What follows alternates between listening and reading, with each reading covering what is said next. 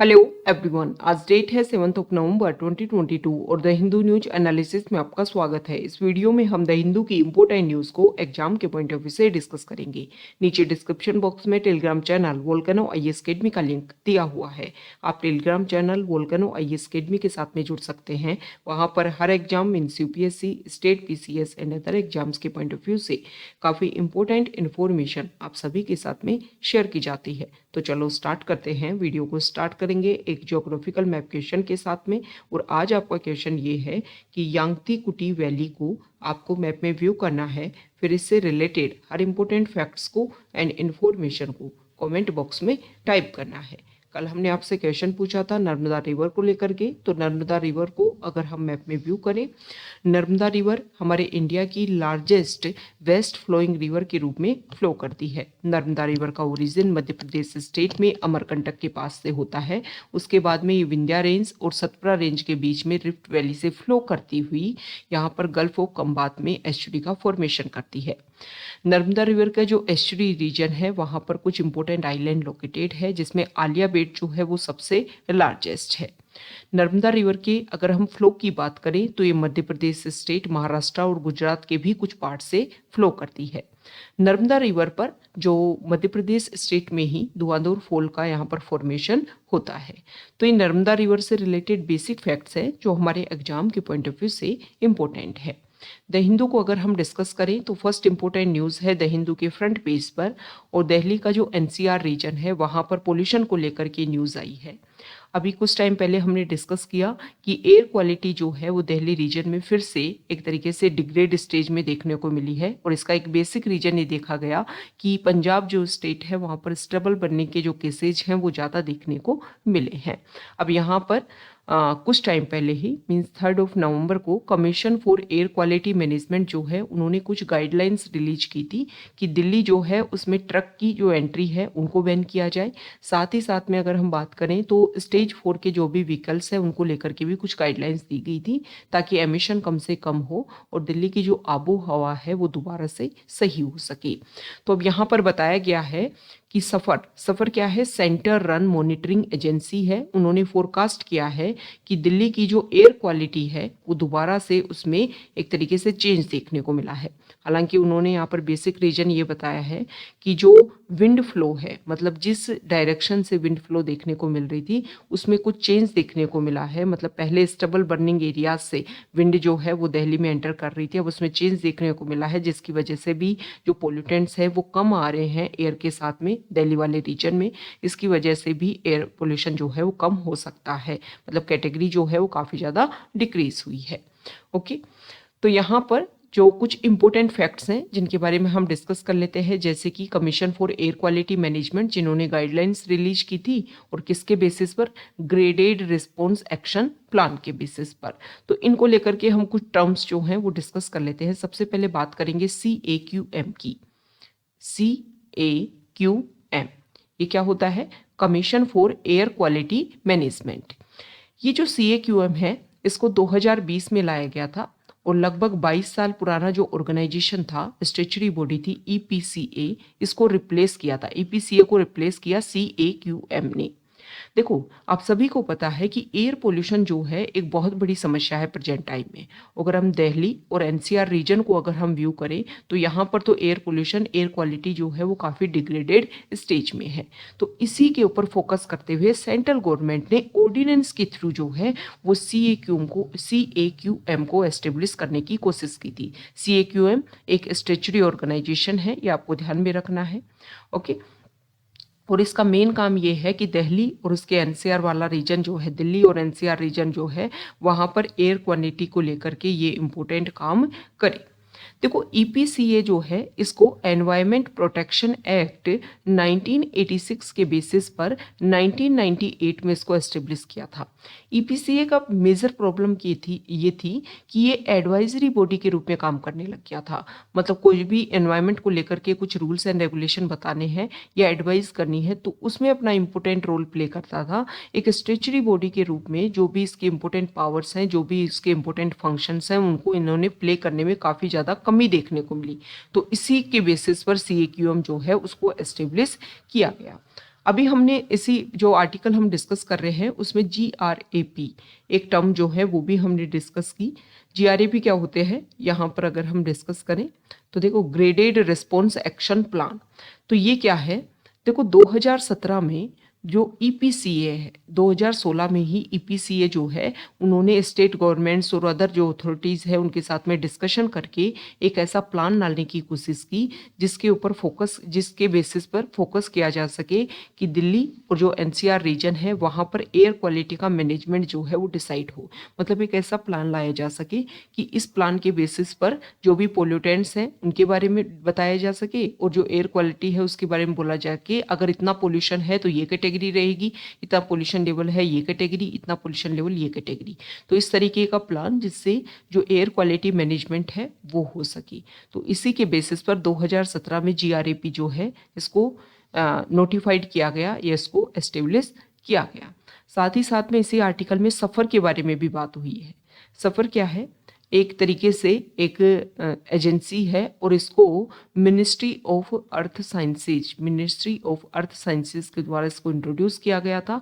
इसका major focus ये है सफ़र का कि जो भी हमारी मेट्रोपॉलिटन सिटीज़ हैं वहाँ पर जो पोल्यूशन लेवल है उसके बारे में जांच करना, उससे रिलेटेड जो फैक्ट्स है वो बताना कि कितना पोल्यूशन लेवल यहाँ पर देखने को मिल रहा है। पोल्यूशन लेवल की मेजर करने में इंपॉर्टेंट रोल प्ले करती है सफ़र।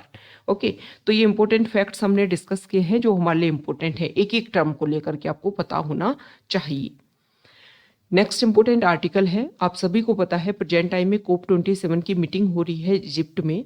तो यहाँ पर कुछ इंपॉर्टेंट फैक्ट बताए गए हैं। कल 6 नवंबर से ये प्रोग्राम जो है वो स्टार्ट हुआ है।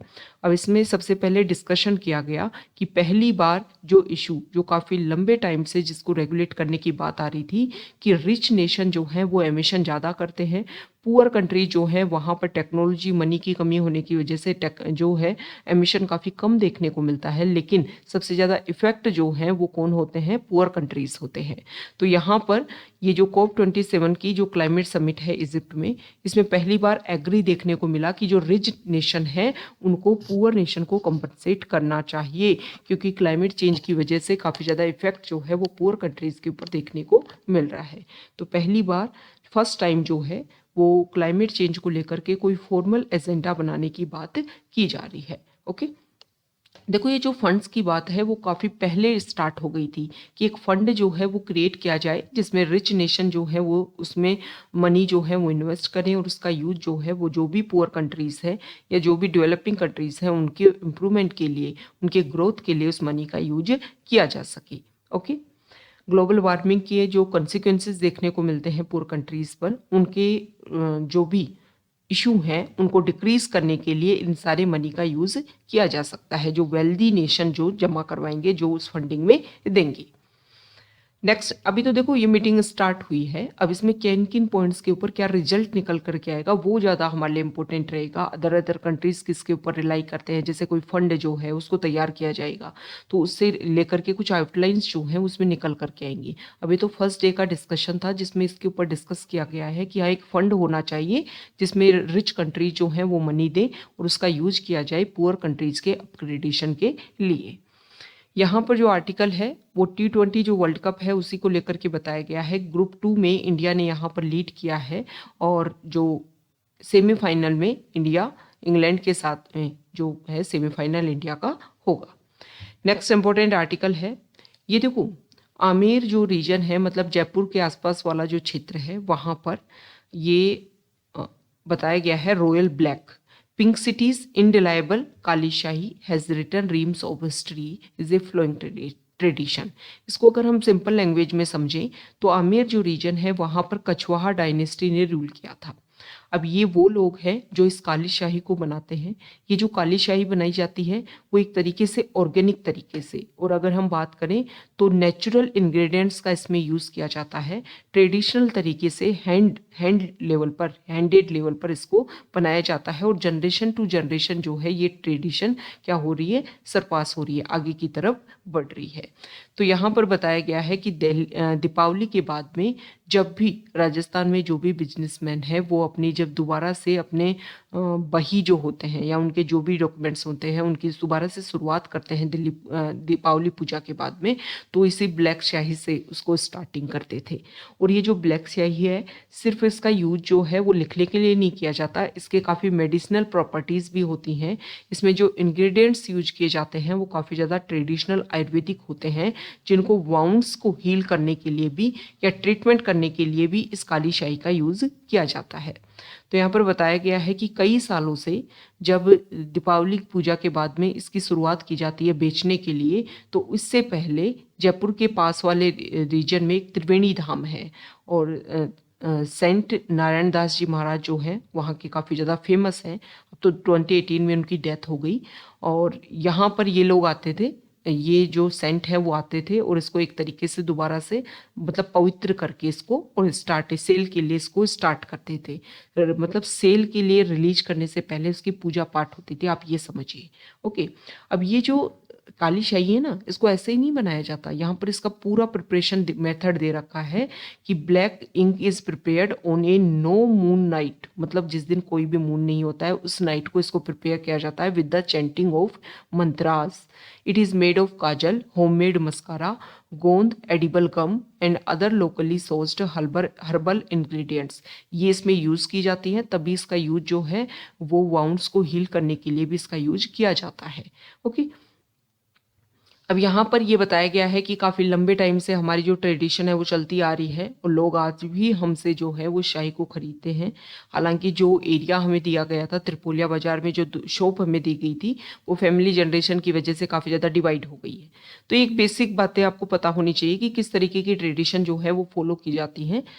अब यहाँ पर जो कछवाहा डायनेस्टी है ना, कछवाहा रूलर्स, इसके बारे में हम कुछ बेसिक फैक्ट डिस्कस करेंगे। कछवाहा रूलर्स कौन थे? देखो, जयपुर के आसपास वाला जो रीजन है उसको ढूंढाड़ के नाम से जानते हैं। ढूंढाड़ क्यों बोलते हैं इसको ढूंढाड़? क्योंकि यहाँ पर एक ढूंढ नदी जो है वो फ्लो होती थी, तो उसका आसपास वाला जो एरिया है, जो रीजन है, उसको ढूंढाड़ के नाम से जानते हैं। तो यहाँ पर जो कछवाहा डायनेस्टी है उसका एस्टेब्लिशमेंट किया था दूल्हे राय, जो इनके फाउंडर थे एक तरीके से कछवाहा डायनेस्टी के। ऐसा बोलते हैं कि आमेर जो रीजन है इसके ऊपर पहले मीना कम्युनिटी जो है उनका रूल था। फिर इनके जो भी थे कछवा कम्युनिटी के जो रूलर्स थे उन्होंने मीना कम्युनिटी को यहाँ से हरा दिया और ये जो आमेर रीजन है उसको अपने अंडर कर लिया। कुछ इंपॉर्टेंट रूलर्स के बारे में आपको भी पता होगा कि यहाँ पर राजपूताना प्रेजेंट टाइम में जिसको हम राजस्थान स्टेट बोलते हैं ना, उस राजस्थान स्टेट को एंशियंट टाइम में बोलते थे, अदर नेम से भी बोला जाता था, लेकिन इसको राजपूताना के नाम से बोला जाता था। तो यहाँ पर क्या थी, अलग अलग स्मॉल प्रिंसली स्टेट थे। तो एक प्रिंसली स्टेट था आमेर और यहीं पर कछवाहा डायनेस्टी जो है उन्होंने रूल किया था। आमेर किसको बोला जाता है? आमेर फोर्ट का नाम भी आपने सुना होगा कि जयपुर का जो रीजन है उसको पहले आमेर के नाम से जाना जाता था। अब यहाँ पर ये प्रेजेंट टाइम में जो जयपुर आपको दिखता है, जिसको गुलाबी नगरी के नाम से जानते हैं, पिंक सिटी के नाम से जानते हैं, कभी जयपुर आपने विजिट किया हो तो आपने देखा होगा उसकी जो वर्ल्ड सिटी है, ये सब कुछ, जिसको यूनेस्को वर्ल्ड हेरिटेज साइट में भी डेजिग्नेशन दिया गया है। तो ये सारी चीज़ें जो हैं वो इन्हीं ने, कछवाहा डायनेस्टी के जो रूलर्स हैं उन्हीं ने इनका फॉर्मेशन किया था। तो इनके एक इम्पोर्टेंट रूलर हुए थे भारमल, जिन्होंने जो मुगल डायनेस्टी है उनके साथ में राजपूताना एरिया में फर्स्ट ऐसे रूलर थे जिन्होंने मैरिज रिलेशन जो है वो मुगल डायनेस्टी के साथ में एस्टेब्लिश कर दिए थे। इसके अलावा यहाँ पर रूलर हुए कछवाहा डायनेस्टी में मान सिंह, जिन्होंने, अगर आपने बैटल ऑफ हल्दीघाटी सुना है, बैटल ऑफ हल्दीघाटी 1576 में महाराणा प्रताप और किसके बीच में, अकबर ने यहाँ पर अटैक किया, जिसको लीड किया था मान सिंह ने, उसमें उन्होंने काफ़ी इंपॉर्टेंट रोल प्ले किया था। तो ये सब जो है वो कछवाहा डायनेस्टी से बिलोंग करते थे। ओके, तो ये कुछ इंपॉर्टेंट फैक्ट्स हैं जो आपको पता होना चाहिए। नेक्स्ट इंपॉर्टेंट आर्टिकल है, यहाँ देखिए, यहाँ देखो, अभी कुछ स्टेट्स में बाईपोल जो है वो ये हैं, उसके बारे में कुछ इंपॉर्टेंट फैक्ट यहाँ पर बताए हैं और ये बताया कौन सी पार्टी कहाँ से जीती, ये हमारे इंपॉर्टेंट नहीं है ज़्यादा। बाईपोल इलेक्शन को लेकर के कल भी हमने डिस्कस किया था और वहाँ पर हमने आपको बताया था कि बाईपोल इलेक्शन स्टेट असेंबली के लिए हो चाहे पार्लियामेंट के लिए हो तो इलेक्शन कमीशन ऑफ इंडिया इनको कंडक्ट करवाता है। नेक्स्ट यहाँ पर जो आर्टिकल है वो म्यांमार को लेकर के आर्टिकल है एडिटोरियल पेज पर। इस आर्टिकल में कुछ इंपॉर्टेंट बातें बताई गई हैं कि देखो 21 मंथ्स कंप्लीट हो गए हैं म्यांमार में जो प्रेजेंट टाइम में अभी जो रूल चल रहा है उसको लेकर के। जो आर्मी ने वहाँ पर अपने हाथ में दोबारा से पावर ले ली थी। उसी को लेकर के इस आर्टिकल में बताया गया है। जो राइटर है उन्होंने बताया कि एशियान जो ग्रुप है, आसियान जो ऑर्गेनाइजेशन है वो अपना इम्पोर्टेंट रोल प्ले कर सकता था, जो म्यांमार में जो भी सिचुएशन है, जो भी कंडीशन है, उसको रेगुलेट करने के लिए। अभी अगर हम प्रेजेंट टाइम में बात करें तो वहाँ पर आर्मी ने रूल अपना इस्टेब्लिश किया। उसका बेसिक रीजन ये था कि 2020 के टाइम में जो डेमोक्रेसी की तरफ जो है वहाँ की पॉपुलेशन ज़्यादा बढ़ रही थी। देखो काफ़ी लंबे टाइम पर वहाँ पर मिलिट्री रूल रहा, लेकिन आंग सान सू की जो है उन्होंने काफ़ी लंबे टाइम तक वहाँ पर प्रोटेस्ट किया, जिसके बेसिस पर टाइम के साथ में कुछ रूल्स एंड रेगुलेशन चेंज करने की बात की गई। और इसके बेसिस पर जब इलेक्शन स्टार्ट हुए तो इलेक्शन में पार्शली जो है वो डेमोक्रेसी को भी एस्टेब्लिश करवाने की यहाँ पर कोशिश की जा रही थी। इसी के बेसिस पर आंग सान सू की जो पार्टी है उनको कुछ मेजोरिटी मिलती है फर्स्ट इलेक्शन में। और यहाँ पर जो लोग हैं, जब डेमोक्रेसी एस्टेब्लिश होती है, चाहे पार्शली बेसिस पर ही हो, लेकिन जो फ्रीडम, जो एक तरीके से फ्रीडम ऑफ एक्सप्रेशन उन लोगों को मिली, तो दोबारा से उन्होंने आंग सान सू की पार्टी, जब 2020 में इलेक्शन हुए तो उन्होंने वहाँ पर मेजोरिटी उनको देने की कोशिश की, ताकि जो आर्मी का जो बचा कुचा रोल है वो भी खत्म हो सके। लेकिन आर्मी को लगा कि इससे जो भी उनकी पावर है वो स्नैच हो जाएगी, तो उन्होंने यहाँ पर आंग सान सू की और जो उनकी पार्टी है उसको यहाँ पर एलिमिनेट किया और खुद को यहाँ पर एस्टेब्लिश किया। तो यहाँ पर इस आर्टिकल में बताया गया है कि काफ़ी लोगों की यहाँ पर डेथ हो चुकी है प्रोटेस्ट के बाद में, क्योंकि काफ़ी लंबे टाइम से यहाँ पर रेगुलर प्रोटेस्ट बना हुआ है। जो आर्मी है वहाँ की, उनको ये लगता था कि जैसे ही वो वापस से पावर में आएंगे तो वहाँ के जो लोग हैं उनको क्या करेंगे, एक तरीके से चीयर्स करेंगे और उनका सपोर्ट करेंगे, लेकिन ऐसा देखने को नहीं मिला है। बहुत सारे लोगों की यहाँ पर डेथ हो गई है प्रोटेस्ट की वजह से, और बहुत सारे लोगों को यहाँ पर अरेस्ट किया गया है, जिसमें आंग सान सू की भी शामिल है। ओके, तो यहाँ पर जो राइटर हैं उनका ये बोलना है कि आसियान ग्रुप अपना इम्पोर्टेंट रोल प्ले कर सकता था, लेकिन उसमें जो भी 10 कंट्रीज़ हैं, 9 कंट्रीज़ जो हैं, उन वो अलग अलग लेवल पर अलग अलग गवर्नमेंट जो है उसका प्रोसीजर फॉलो करते हैं। जैसे कि यहाँ पर इस आर्टिकल में कुछ कंट्रीज़ के बारे में बताया गया है कि कुछ कंट्री जो है वो प्रो डेमोक्रेसी है, कुछ कंट्री जो है अलग तरीके से अपने आप को रेगुलेट करती हैं, जिसके बेसिस पर ही यहाँ पर म्यांमार में जो एक एस्टेब्लिशमेंट होना चाहिए था वो एक रिजल्ट निकल करके सामने नहीं आ पाया है। हालांकि आसियान ग्रुप के अलावा अदर कंट्रीज जैसे कि चाइना, रशिया, वो भी यहाँ पर जो इशू है उसके सॉल्यूशन को लेकर के और म्यांमार को सपोर्ट करने की बात कर रहे हैं। इंडिया के रोल की अगर हम बात करें तो देखो, इंडिया ने हमेशा से पहले, अगर हम अर्लियर टाइम की इंडिया की पॉलिसी देखें तो जहाँ पर डेमोक्रेसी नहीं, वहाँ पर इंडिया जो है उनके साथ में अपने जो बायलैटरल रिलेशन है उनके साथ में एस्टेब्लिश करने में काफ़ी ज़्यादा अपने आप को विड्रॉ रखता था। लेकिन प्रेजेंट टाइम में इंडिया ने अपनी जो पॉलिसी है उसमें काफ़ी ज़्यादा चेंज किया है और खुद के पर्सपेक्टिव से या खुद के इंटरेस्ट के बेसिस पर जो है वो इन आइडियोलॉजी को एलिमिनेट करते हुए कंट्रीज के साथ में जो अपने रिलेशन है वो मेंटेन किए हैं। क्योंकि जब म्यांमार जो है वहाँ पर जब डेमोक्रेसी नहीं थी या फिर वहाँ पर मिलिट्री रूल था, तब इंडिया ने वहाँ पर रिलेशन एस्टेब्लिश करने से एक तरीके से मना किया, क्योंकि हमारी जो बॉर्डर रीजन है वो नॉर्थ ईस्ट वाला रीजन जो है उससे कनेक्टेड है। लेकिन फिर भी जो रिलेशन है वो एस्टेब्लिश नहीं हो पाए। बल्कि इसके अलावा अगर हम देखें तो चाइना ने अपने काफ़ी अच्छे रिलेशन म्यांमार के साथ में एस्टेब्लिश किए, इसी की वजह से वहाँ पर चाइना डोमिनेंस देखने को मिलता है। लेकिन इंडिया ने प्रेजेंट टाइम में अपनी जो पॉलिसी है उसमें काफ़ी ज़्यादा चेंज किया है और इसी के बेसिस पर अभी म्यांमार में कुछ टाइम पहले हमारे इंडिया के कुछ इंपॉर्टेंट ऑफिसर्स हैं उनकी विजिट भी देखने को मिली। तो इंडिया अपने लेवल पर कोशिश कर रहा है कि वहाँ पर जो भी इश्यूज हैं वो सोल्व हो सकें और जो पॉपुलेशन है उनको जो भी राइट्स हैं वो उनको दिए जा सकें। नेक्स्ट इंपॉर्टेंट आर्टिकल है पेज नंबर 8 पर, और ये कुछ इंपॉर्टेंट बात है। देखो, अभी गुजरात में स्टेट असेंबली के इलेक्शन होने वाले हैं और उन इलेक्शन में यूनिफॉर्म सिविल कोड की बात की गई है।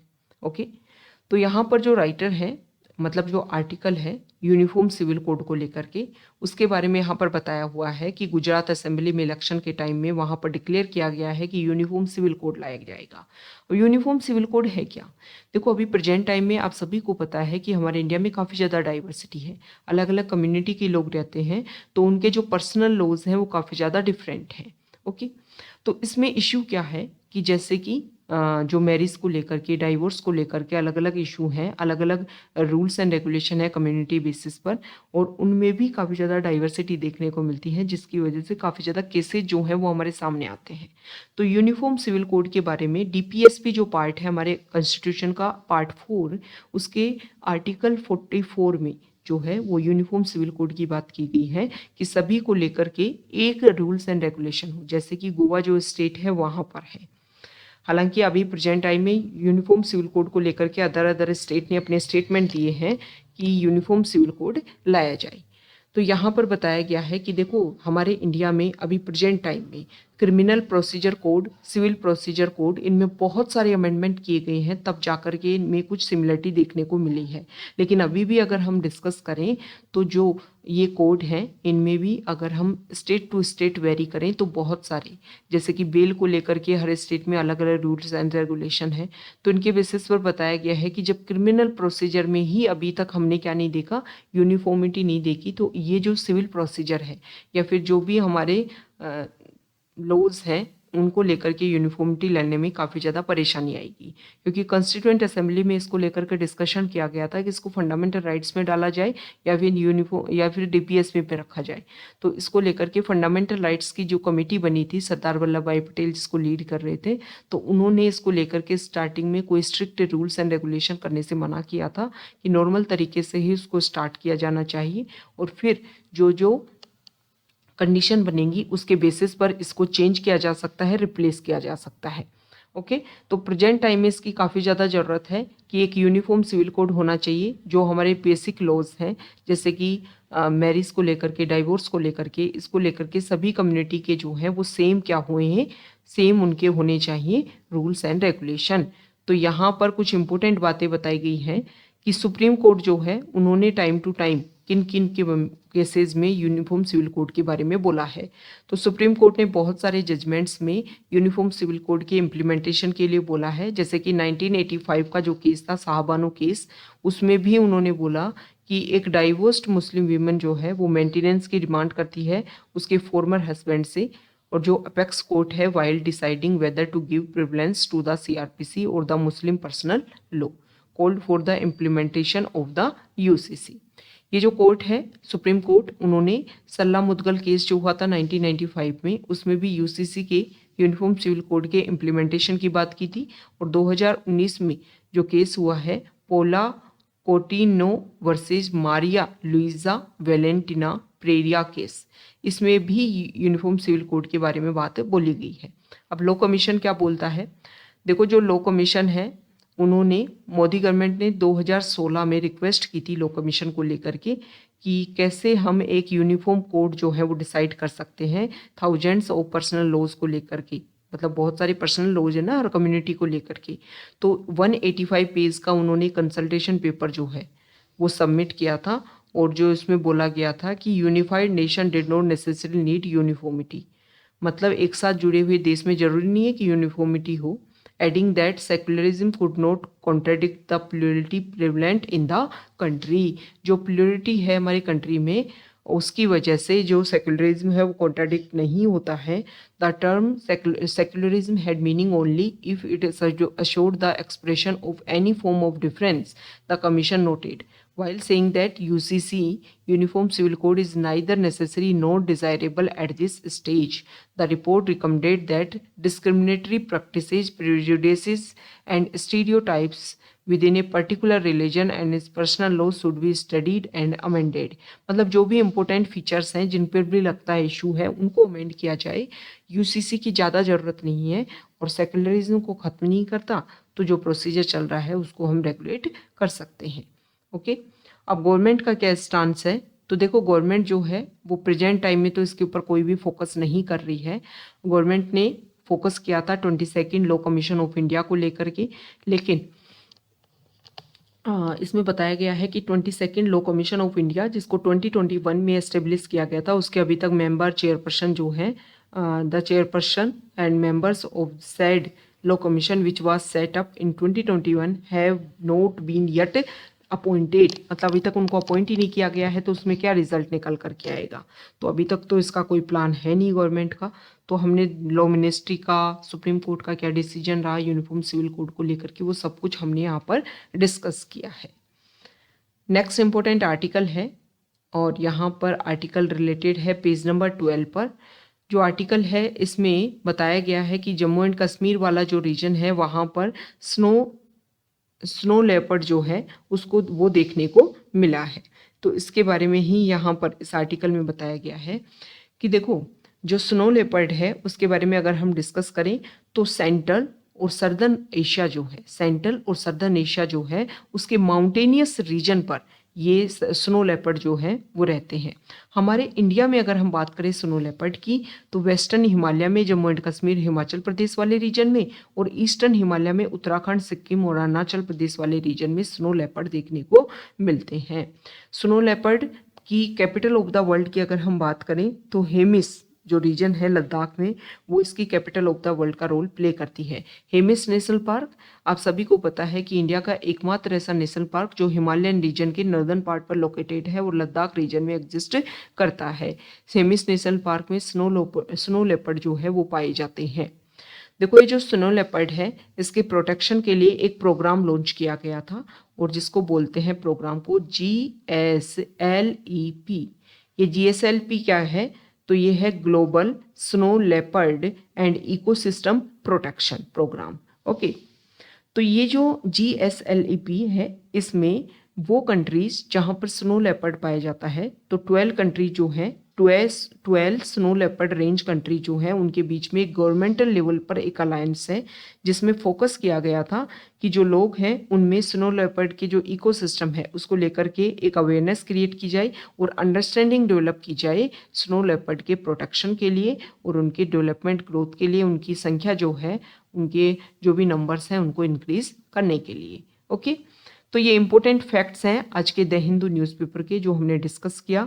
जो फॉरेन पेज है उस पर सेम आर्टिकल इंपॉर्टेंट है जो हमने फ्रंट पेज पर डिस्कस किया COP27 को लेकर के, जिसके बारे में हम डिस्कस पहले ही कर चुके हैं। तो ये आज का हमारा द हिंदू न्यूज़पेपर का डिस्कशन था। अगर आप यहाँ तक आए हैं, वीडियो आपको अच्छा लगा है तो प्लीज़ वीडियो को लाइक कीजिए, शेयर कीजिए और चैनल को सब्सक्राइब कीजिए। Okay, thank you.